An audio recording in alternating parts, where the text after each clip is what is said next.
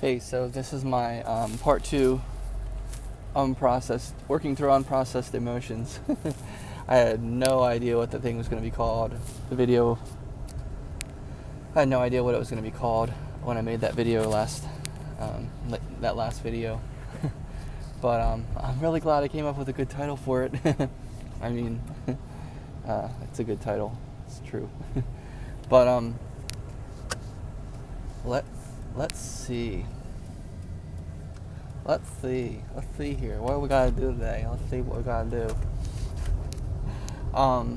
Yeah, no, it's crazy because just in a small amount of time since I made that video, since I got those feelings out and expressed those feelings and kind of like talked about some of those things, I feel a lot different. I mean, I feel a little bit different in a big way, or I feel, it's hard to explain, but I feel seriously different, and that's a really big deal. Even if it is even if it's in small ways, or even if it's only just in a little increment, I feel like my spectrum has opened up. Like I can feel things differently. I can sense things differently. I feel like where I had a numbness, I now have an aliveness. And it's very small, but it's very, what's the word? It's small, but very significant. Just that little bit it was extremely significant. And I need to take off this hoodie, so bear with me.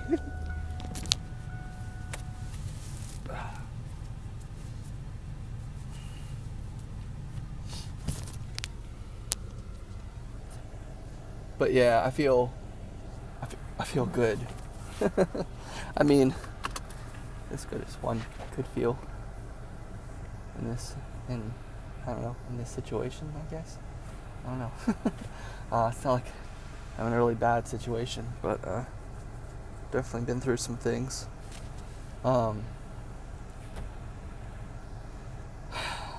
Yeah, so like I was saying before, it was a really big kind of like two-part deal. It was like I was losing her, but I was also gaining myself. But then when I had myself, it was very empty. Yeah, it was empty. And funny enough, I didn't think I'd be making this analogy, but we were just learning about this in history, and this is a perfect metaphor. The slaves, in America, African American slaves, they were slaves, and they lived with their slave owners. They lived in like slave houses and stuff like that, and they relied on their slave owners for food and for a place to live. I mean, they didn't have a choice. This was all against their will, but they had to stay there. And then when slavery was made illegal, these slaves were now free. But what did free even mean? And what ended up happening to a lot of them, or most of them, was they ended up working for a lot of the same people who owned them before. And so they got their freedom, but they weren't really free. And that's kind of how I felt in a certain way. Like, because when I had my freedom, when I ended that relationship, I felt like I was free. I felt like I could do all the things I wanted to do, but I also kind of felt like I had to do things. I kind of felt like, well, I felt like, what's my purpose? Here's some more stuff I have not gotten to. I've not gotten to this before. But I felt like, who am I? What's my purpose? What am I here for? I didn't go that deep. What am I here for? Not like, what on earth am I here for? Not like that deep. But like, kind of like, almost like, well, what do I do now kind of thing, whether it's like, this is what you wanted, this is everything you wanted, and still riding like the high of that change and that feeling of being like, wow, this was something insanely hard and I did it. Now I'm dealing with the repercussions, but I did it. And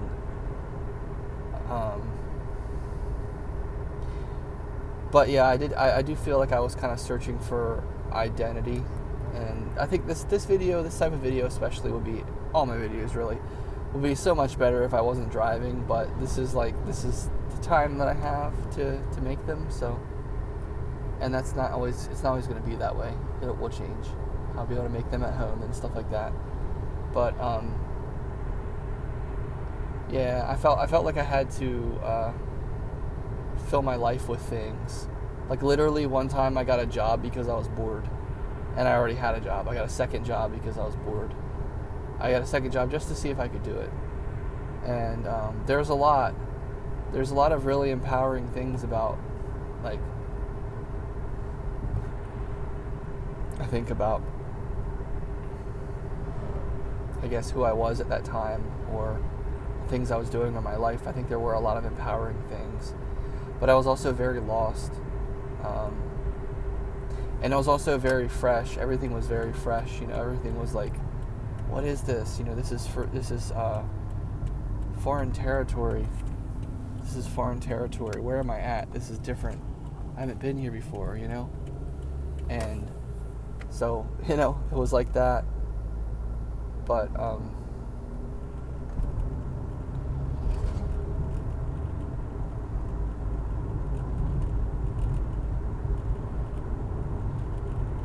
I'm trying not to force it. I'm just trying to let like the things come as they do.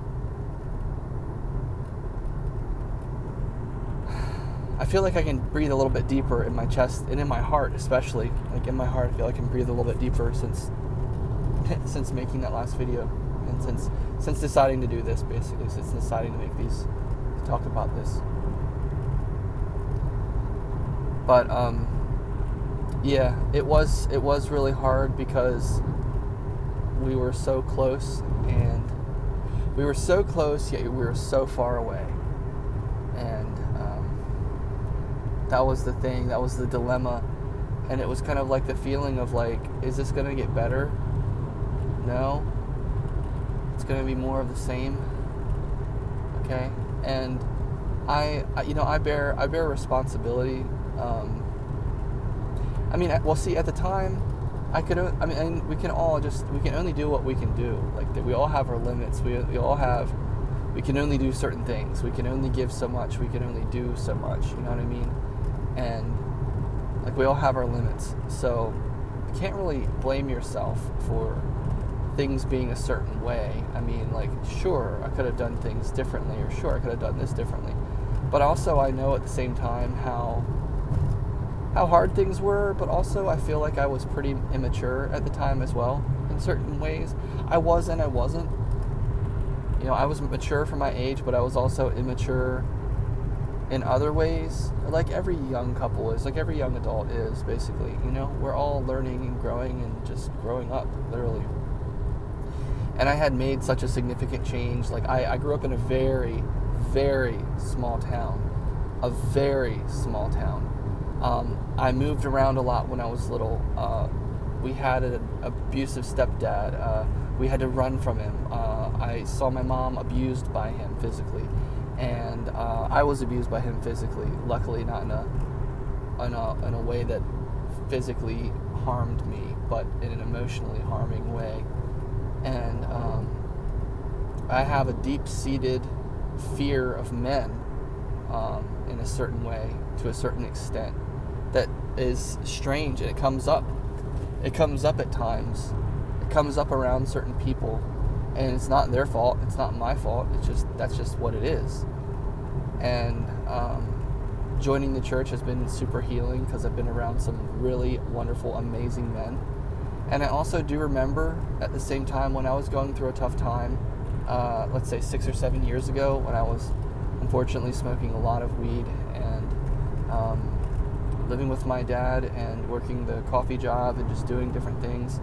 I wasn't just like living with my dad smoking weed. No, not the way it sounds, but I had a life, I had a job, I had a life that I was involved with, an active life. I had responsibilities at work. I was holding down the job. I was being responsible, not just the way that sounds, but there was a lot to it. And throughout that time, I remember it occurring to me at some point, like, man, I feel like I haven't seen any men. I haven't seen any good examples of like really strong men. I don't feel like there's any like strong men in my life. Any good examples of that like around. Like, I had a boss and another guy at work, the owner and my boss, and like they were, but like I wasn't really like they were my boss, so that was different. And then there was my dad, but he's my dad, and that's different. So I just wasn't seeing a lot. I just wasn't around a lot of really strong men, or like one day I just realized, I was like, man, where are they at? I don't have a lot of them in my life. I don't see any of them. This is an interesting thing. This is kind of odd. I'm the only one, if I am one, if I'm a strong, solid man type of thing. But I didn't necessarily feel that way. I was young and I had a different mindset. But not sure exactly how I got here. But yeah, so I moved around a lot when I was young, and we endured abuse as a family, me and my mom and brother and sister to a tiny degree. But we endured emotional struggles, to say the least. All kinds of things. And we were blessed in many ways as well. I'm not saying this was all bad, but I just had an interesting life like that, And then I finally meet someone and I'm serious and I get together with her, and really serious and committed, and like, okay, well, this is my person, guaranteed, it's locked down now, it's finalized, basically. We are together and we will be together forever. Guaranteed, no questions asked, this is just the way it's going to be. Figured that out. And then move across the entire country with her to somewhere else. So many miles away from my entire world. And I was not complaining at the time. I was happy and proud that I had done that and that I was doing it. It was like a test. It was like, can you do this? And I was like, yeah, I can. I know I can. I have to, right? I kind of have to. I know I can, though. But I think I can. I hope I can. I think I can. That's kind of where I was. And did it. And things were really cool with her. They were and they weren't. She had a very, let's just call it a very no-nonsense side about her. A very serious side to her. That was kind of like, she would kind of look at me and like roll her eyes, basically. Like, seriously, And I was the one that was like, can't we have fun? Like, and not just like, can't we have fun, but like, can we lighten up about things? Can we everything felt so tense and things felt so like ice. And I was like, can we please break some of this ice, because this is freaking stressful. And how do we just go about life and never talk about things? How do we just do these things and never talk about them? And that was just an ongoing trend. We did talk about things with her grandparents and friends and stuff like that here and there, but it became very segregated, basically, with me and her. Like, she had her job, I had my job. She'd go home and do what she did. I'd come home and do what I did. And we just didn't really mix, basically. And it was just kind of like, I hate to say it, but it was kind of miserable in certain ways. It was miserable at times, at worst. At worst, it was miserable, basically. And I don't want to say it was always miserable, but it was miserable enough for long enough for me to be like, I've got to make a change. And this wasn't, I guess not really. I don't blame her. I don't think this was her fault or anyone else's fault. But I guess it's kind of like a cultural expectations thing, and I don't even want to blame it with that. I don't want to blame anything. I'm not trying to blame anything or anyone. I'm just saying this is the way it was. I was kind of expected, at least I was expected to marry her, because if you move in with someone, then you need to be married, because you can't live in sin. And I agree with that now. I agree with that nowadays. I agree with that now. I don't believe it's good to move in with your significant other, to shack up with them, have sex before marriage. That stuff. It's not right. It's normal in the world, but that doesn't mean it's right. And since I had already done that, then I felt like, well, I have to now. I don't have any other choice. I have to.